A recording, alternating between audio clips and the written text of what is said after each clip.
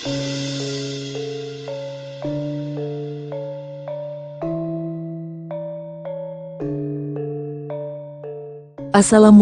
warahmatullahi wabarakatuh. Berjumpa kembali di channel Langit Bukit Menoreh Official.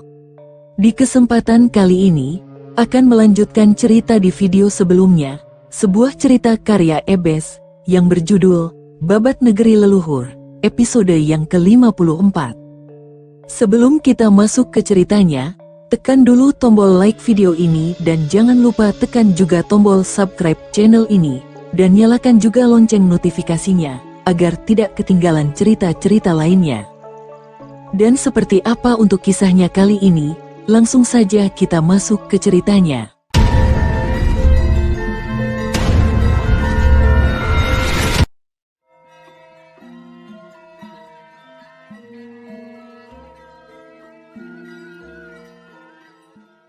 Tumenggung Suralaya yang baru menebas leher seorang prajurit Daha sangat geram melihat pasukannya dibantai pasukan Garuda Panjalu.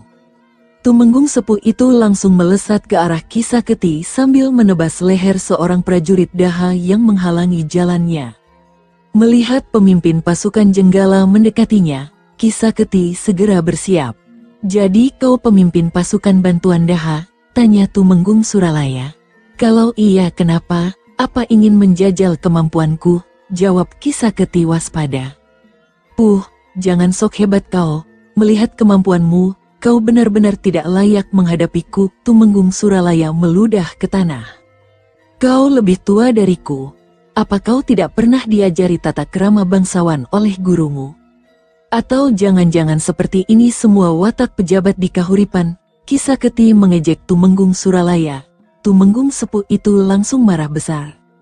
"Anjing Daha, kalau aku tidak merobek mulutmu hari ini, jangan panggil aku Tumenggung Suralaya." Usai berkata demikian, Tumenggung Suralaya langsung melompat cepat hendak menebas leher Kisaketi dengan pedangnya yang sudah berlumuran darah. Kisaketi mundur selangkah, lalu dengan cepat menangkis sabetan pedang dari Tumenggung Suralaya. Terang, benturan pedang beraliran tenaga dalam tingkat tinggi itu menimbulkan suara nyaring dan bunga api kecil. Dua perwira sepuh yang berlawanan pihak itu terus bertarung dengan gagah berani. Sama-sama sakti, sama-sama beringas. Sudah 15 jurus mereka mengadu ilmu. Tumenggung Suralaya mencoba untuk menebas pinggang Kisaketi. Tapi wakil pimpinan pasukan Garuda Panjalu itu melompat tinggi ke udara dan mendarat dua tombak agak jauh. Dengan gerakan cepat, perwira tinggi prajurit Jenggala itu langsung menyabetkan pedangnya ke arah leher. Kisaketi segera menjatuhkan tubuhnya ke tanah dan menumpu berat badannya dengan tangan kiri sambil menebas perut sang Tumenggung. Srit Aug, meski sudah mencoba menghindar, tapi Tumenggung Suralaya terlambat sekejap mata. Sabetan pedang dari Kisaketi tetap melukai perut perwira tinggi prajurit Jenggala itu meski tidak terlalu dalam. Tumenggung Sepuh itu segera melompat mundur sambil membekap perutnya yang berdarah. "Kurang ajar, akan kubuat kau menyesal karena telah berani melukaiku," teriak Tumenggung Suralaya sambil mengikat lukanya dengan bajunya. Dia melempar pedangnya ke tanah. Tumenggung itu langsung memasang kuda-kuda ajian cadas geni. Dua tangannya langsung diliputi sinar merah menyala. Seketika Tumenggung Suralaya menghantamkan tangan kanannya ke arah Kisaketi. Siut, sinar merah menyala menerabas cepat ke arah Kisaketi.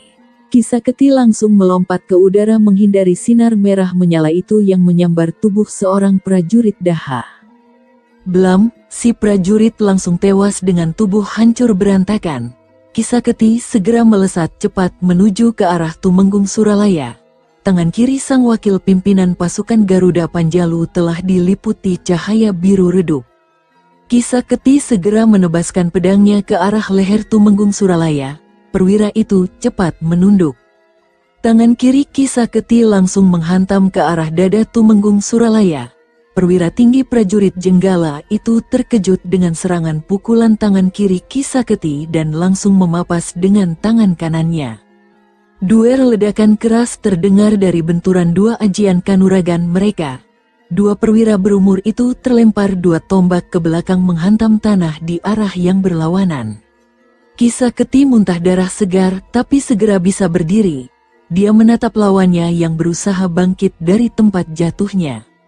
Saat Tumenggung Suralaya berhasil berdiri, Kisah Keti segera melempar pedangnya ke arah dada sang perwira prajurit Jenggala. Crip pauk pedang itu menancap dalam di dada kiri sang Tumenggung. Pria sepuh itu roboh dan tewas dengan mata mendelik menahan sakit, badannya kejang sebentar, kemudian diam untuk selamanya. Jarasandha yang melihat kejadian itu langsung mendekati Kisah Keti dan memapahnya ke pinggir arena pertempuran. Pertarungan semakin mendekati akhir, jumlah pasukan Jenggala berkurang dengan cepat. Sementara itu Panji Watugunung dan ketiga selir telah sampai di gerbang barat istana Kadipaten Lasem setelah melompati atap-atap bangunan besar di istana. Di luar pintu gerbang, terjadi pertempuran sengit antara pasukan Jenggala dan Panjalu. Empu Tandi, sang pemimpin pasukan Jenggala terus merangsek ke arah Tumenggung Lokananta yang terdesak hebat. Tendangan keras sang senopati Jenggala membuat Tumenggung dari Kalingga itu terlempar dua tombak. Darah segar mengalir dari sudut bibir Tumenggung muda itu.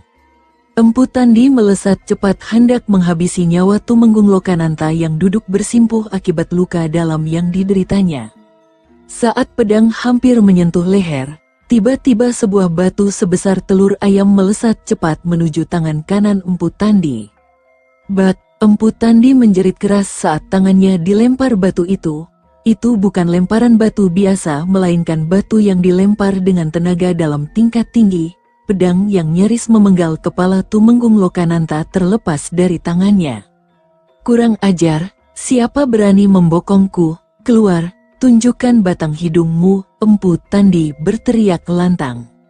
Aku yang membokongmu, terus kenapa? Panji Watugunung melompat turun dari atas tembok istana Kadipaten Lasem disertai ketiga selirnya.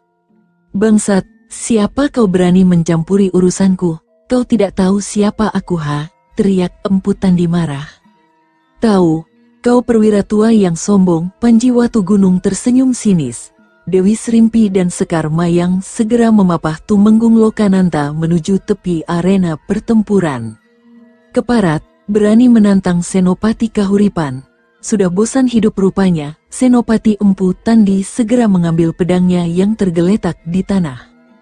Bosan hidup sih tidak. Cuma aku mengingatkanmu bahwa di atas langit masih ada langit. Panji Watugunung tersenyum tipis sambil terus memandangi pergerakan Empu Tandi.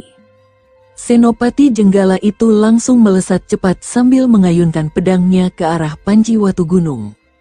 Angin dingin tenaga dalam tingkat tinggi yang menyertai ayunan pedang membuat bulu kuduk berdiri. Serit. Panji Watugunung hanya menggeser posisi tubuhnya dan angin sabetan pedang menerabas cepat di sisinya. Mendapati serangannya menghajar udara kosong, Empu Tandi memutar tubuhnya sambil tangan kirinya mencakar dada sang pemimpin pasukan Daha. Panji Watugunung segera mundur selangkah, namun tebasan pedang Empu Tandi mengincar lehernya. Panji Watugunung merendahkan tubuhnya dengan melebarkan kakinya, kemudian dengan cepat memukul perut Empu Tandi. Buk-wauh tubuh gempal senopati itu langsung mundur dua tombak. Lambungnya terasa sakit seperti berpindah tempat. Brengsek, punya isi juga kau rupanya. Aku tidak perlu bermurah hati lagi, ujar Empu Tandi segera.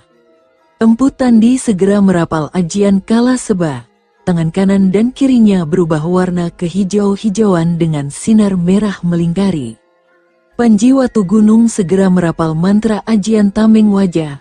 Tubuhnya segera diliputi sinar kuning keemasan. Tangan Empu Tandi segera menghantam ke depan. Sinar merah kehijauan menerabas cepat ke arah Panji Watugunung. Siut blam, ledakan keras terjadi. Empu Tandi menyeringai lebar penuh kemenangan ajian andalannya telak menghajar Panji Watugunung. Mampus kau bocah tengik, teriak Empu Tandi sambil mendelik. Asap mengepul dari tubuh Panji Watugunung. Perlahan asap menghilang bersama senyum Empu Tandi yang sirna dari wajahnya. Panji Watugunung tidak apa-apa. Dia tersenyum sinis memandang ke arah Empu Tandi yang melongo keheranan. Empu Tandi segera mengayunkan tangannya lagi ke depan bertubi-tubi. Blam, blam, blam. Ledakan keras beruntun terdengar saat serangan Empu Tandi menghajar Panji Watu Gunung. Namun pria itu malah semakin mendekat ke arah Empu Tandi. Empu Tandi lalu mengubah aliran tenaga dalamnya untuk mengeluarkan ajian cakar neraka. Seketika jari tangannya mengeluarkan panas menyengat. Empu Tandi melompat ke arah Panji Watu Gunung dan segera mencakar dada laki-laki itu. Cerak cakar tangan Empu Tandi seperti menghantam logam keras. Panji Watu Gunung yang telah merapal ajian Waringin Sungsang langsung mengeluarkan sinar hijau kebiruan dari mulutnya.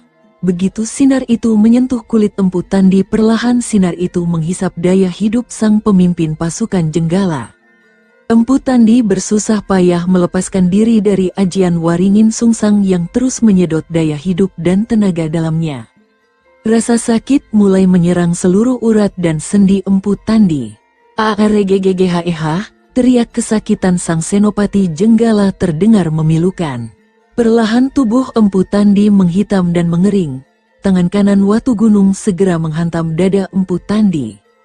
Jelar, tubuh Empu Tandi hancur berantakan. Dia tewas seketika.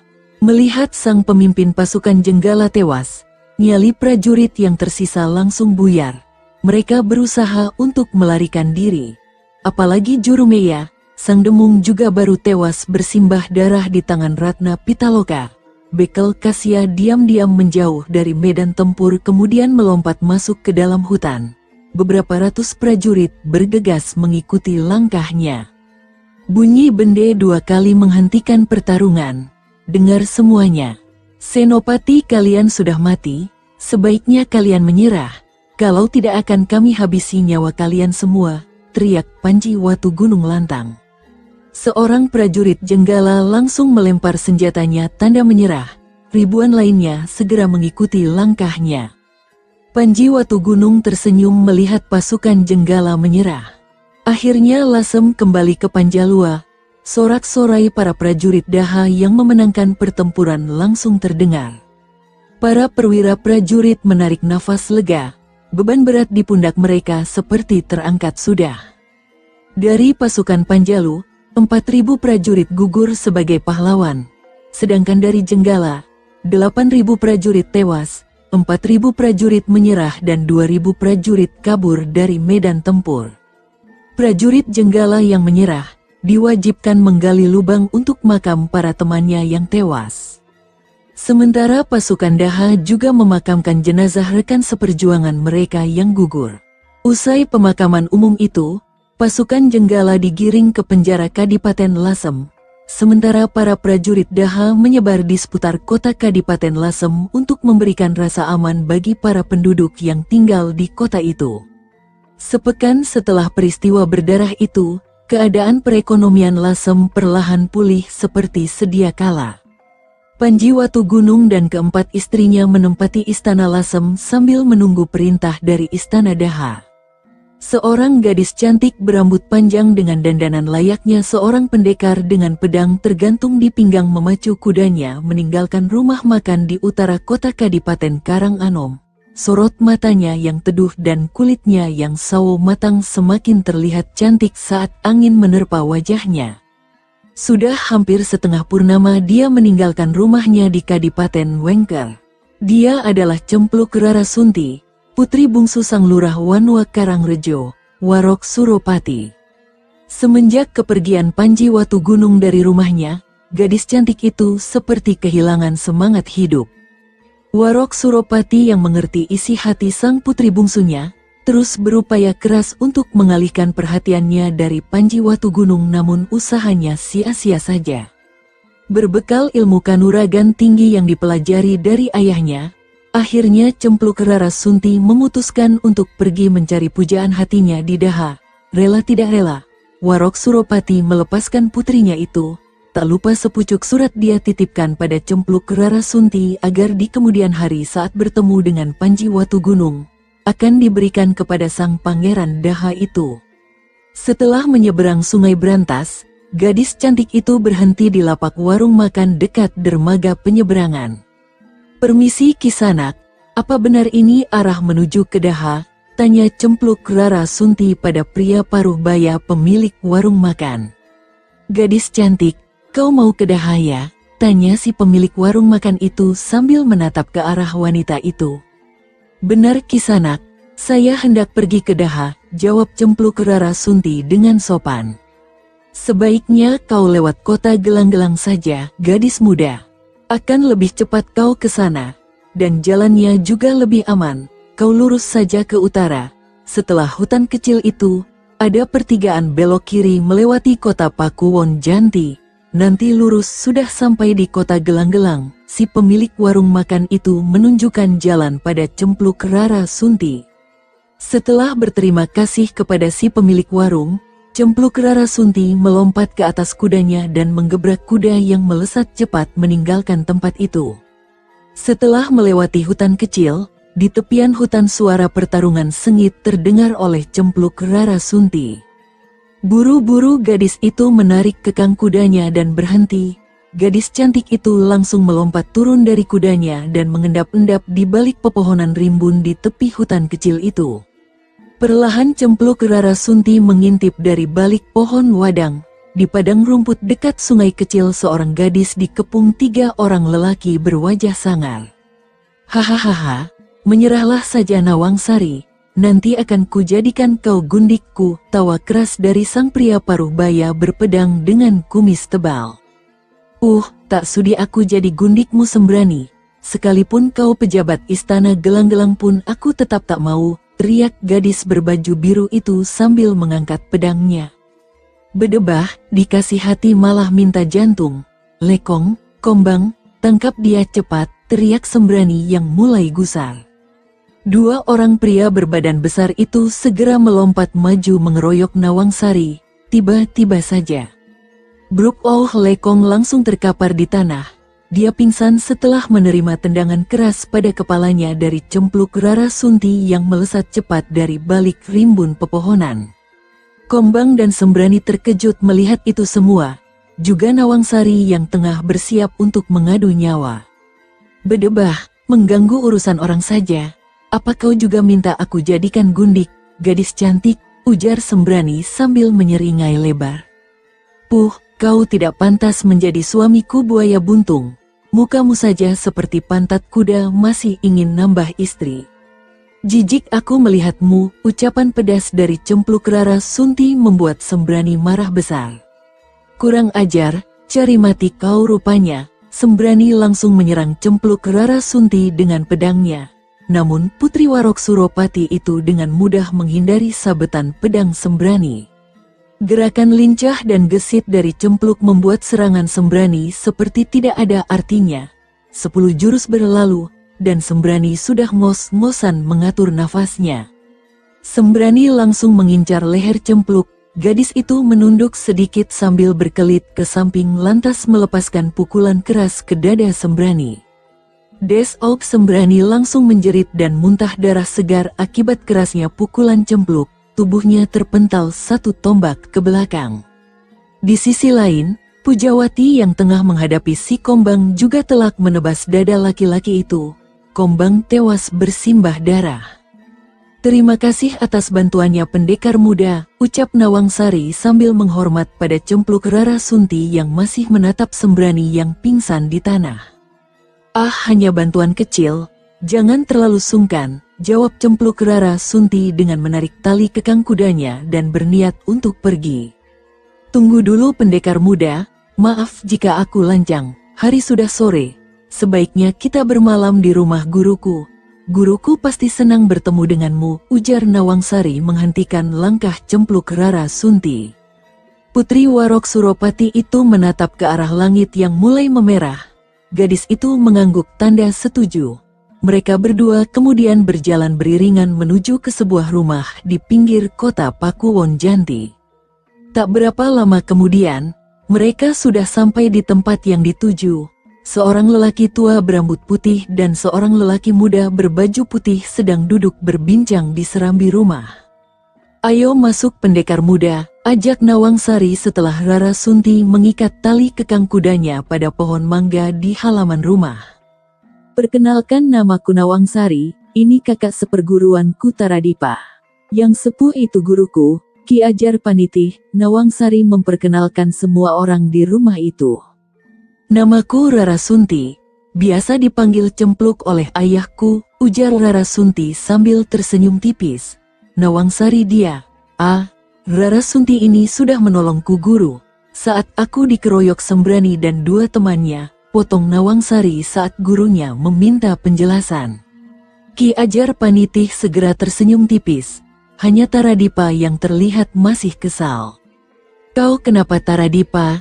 Tanya Ki Ajar Panitih yang melihat raut muka jelek Taradipa. Mereka itu, Sembrani dan kawannya selalu mencari waktu saat Nawangsari sendirian, geram Taradipa. Sudahlah, mereka tidak akan berani lagi kakang. Rarasunti sudah membuat mereka babak belur, ujar Nawangsari yang melihat ke arah Rarasunti. Terima kasih atas bantuannya Nisanak. Kalau boleh tahu, Nisanak ini dari mana dan hendak pergi kemana? Tanya Ki Ajar Panitih sopan. Saya dari Wanua Karangrejo, wilayah Pakuwon Tapa di Kadipaten Wengker. Tujuan saya adalah ke Daha, mencari murid ayahku yang bernama Panji Watugunung Ki, jawab Rarasunti sambil tersenyum. Dari Wengker, jauh sekali Nisanak, ujar Ki Ajar Panitih terkejut. Nawangsari tampak mengerutkan keningnya.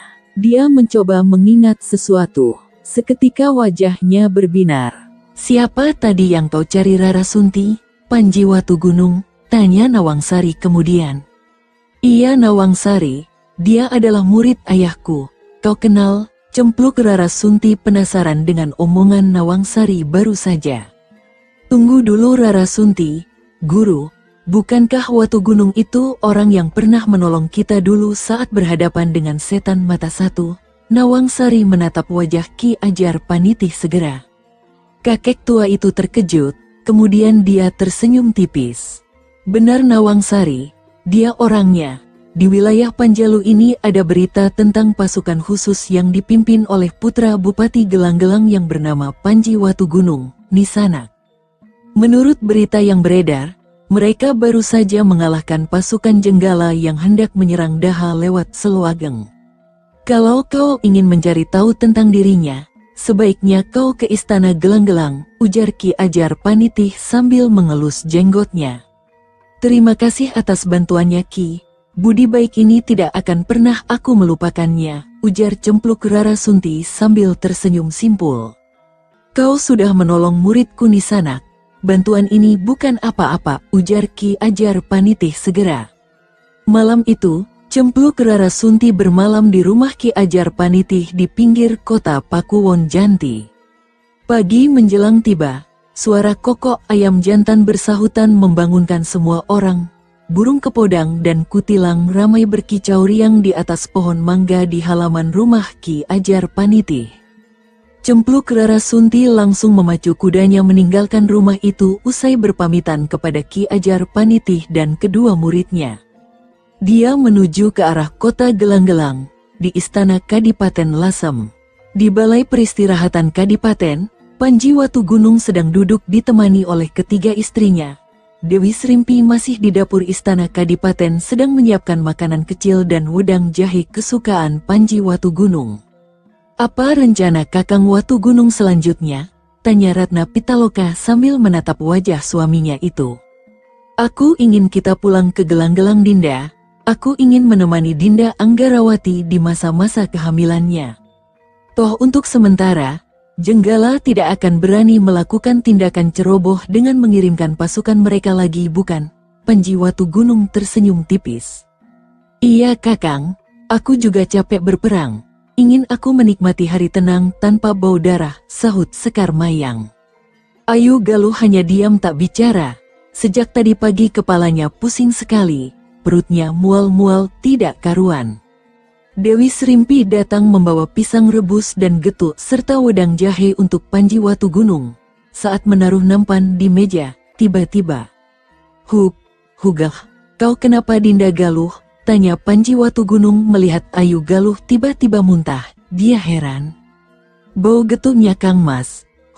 Baunya itu, Ayu Galuh terus muntah-muntah sambil menunjuk pada getuk ketela pohon yang baru dibuat Dewi Srimpi. Dewi Srimpi segera bergegas mencium bau getuknya. Aneh, tidak bau sama sekali. Apa maksudmu Ndoro Putri? Ini getuk ketela pohon baru aku buat. Tidak ada baunya sama sekali. Dewi Srimpi geram. Getuknya jelas tidak berbau ataupun basi. Sekar Mayang juga langsung menyambar getuk ketela di tangan Dewi Srimpi. Benar gak bau juga gak basi? Putri liar, hidungmu sedang bermasalah ya?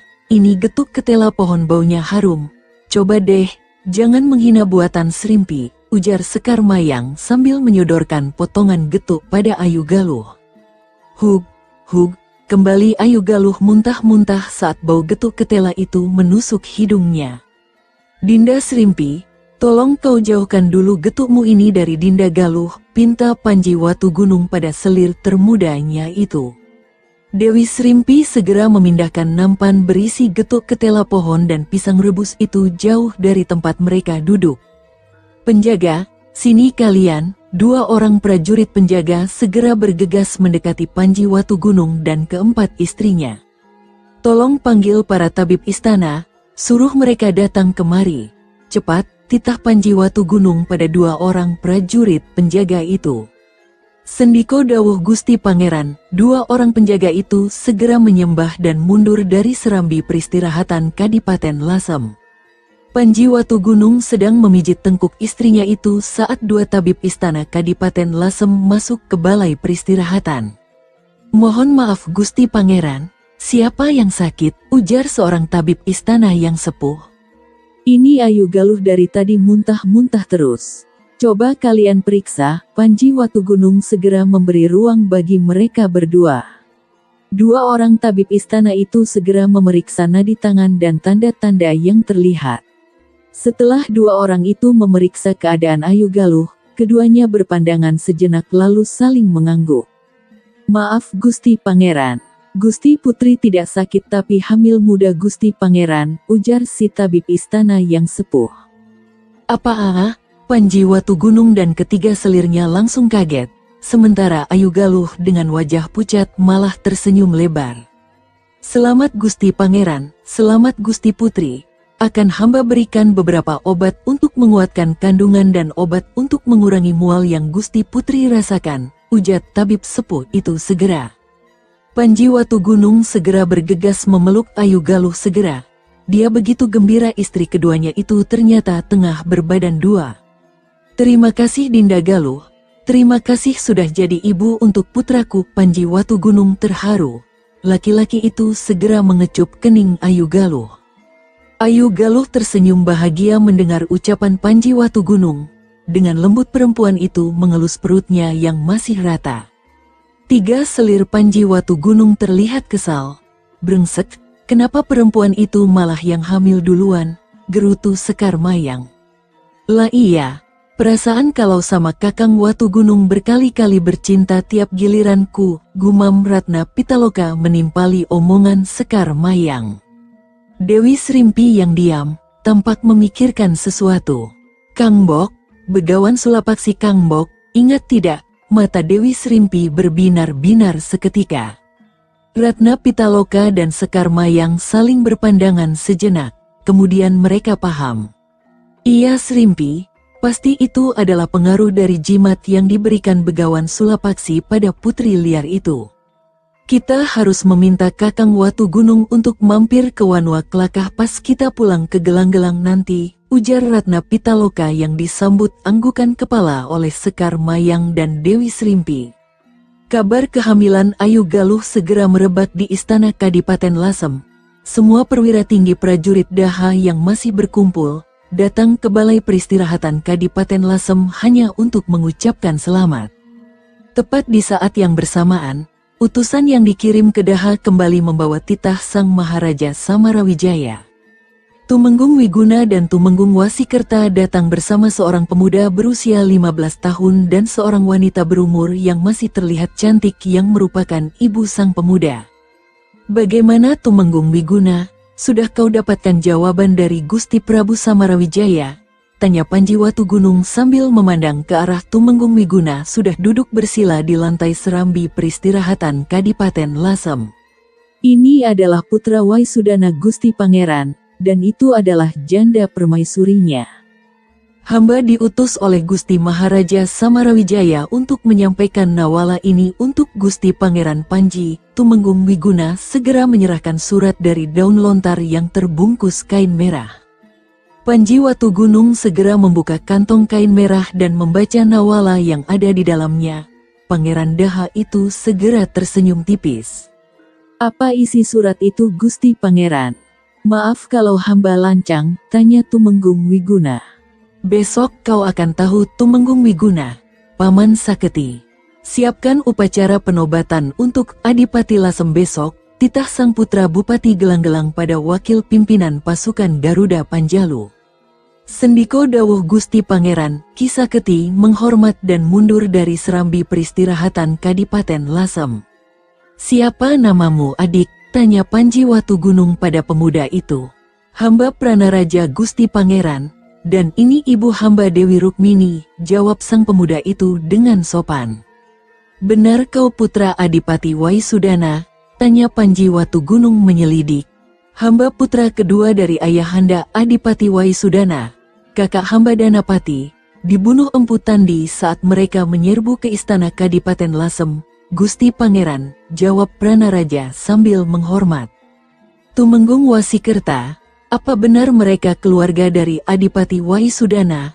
Panji Watugunung menatap ke arah wajah Tumenggung Wasikerta. Benar sekali Gusti Pangeran. Mereka adalah keluarga Adipati Waisudana. Tumenggung Wasikerta segera menghormat.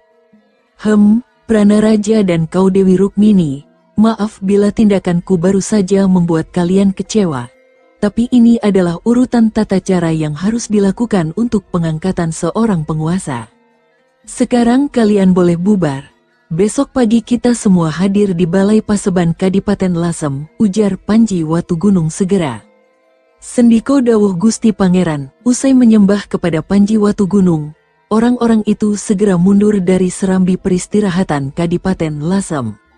Cempluk Rara Sunti sudah memasuki wilayah kota Gelang-Gelang.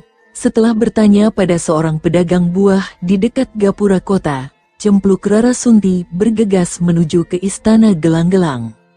Permisi Ndoro prajurit, apa benar Gusti Panji Watugunung tinggal di istana ini? Tanya Cempluk Rara Sunti pada seorang prajurit penjaga gerbang istana Gelang-Gelang. Siapa kau? Apa tujuanmu ke sini? Tanya prajurit itu dengan tatapan mata dingin seolah menyelidik.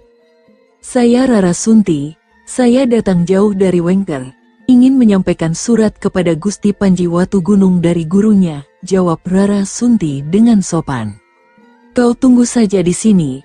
Akan kulaporkan ini pada Gusti Bupati Gelang-Gelang, ujar sang prajurit yang segera bergegas menuju ke ruang pribadi Bupati Gelang-Gelang. Panji Gunung Sari tampak sedang asyik memandikan burung perkutut peliharaannya saat sang prajurit itu masuk. Ampun beribu ampun Gusti Bupati, seorang wanita bernama Rara Sunti dari Wengker, ingin bertemu dengan Gusti Pangeran Panji Watugunung. Mohon petunjuk Gusti Bupati. Sang penjaga gerbang istana segera menghormat pada Panji Gunung Sari. Wengker itu jauh di barat daya. Untuk kesini harus melewati 2 kadipaten besar. Baiklah, suruh dia masuk kemari. Penjaga, titah sang Bupati Gelang-Gelang itu segera. Sendiko dawuh Gusti Bupati, sang prajurit penjaga segera menghormat pada Panji Gunung Sari dan beringsut mundur dari serambi ruang pribadi Bupati. Dengan langkah cepat, sang prajurit penjaga gerbang itu sudah sampai di gerbang istana Gelang-Gelang. Mari silahkan ikuti saya Nisanak, ujar sang prajurit penjaga yang berjalan di depan menuju ruang pribadi Bupati. Cempluk Rara Sunti mengekor di belakangnya. Siapa namamu Cah Ayu? Tanya Panji Gunung Sari setelah Rara Sunti duduk bersimpuh di depannya. Hamba Rara Sunti, Gusti Bupati. Hamba dari Wanua Karangrejo wilayah Pakuwon Tapa di Kadipaten Wengker. Rara Sunti menjelaskan asal-usulnya.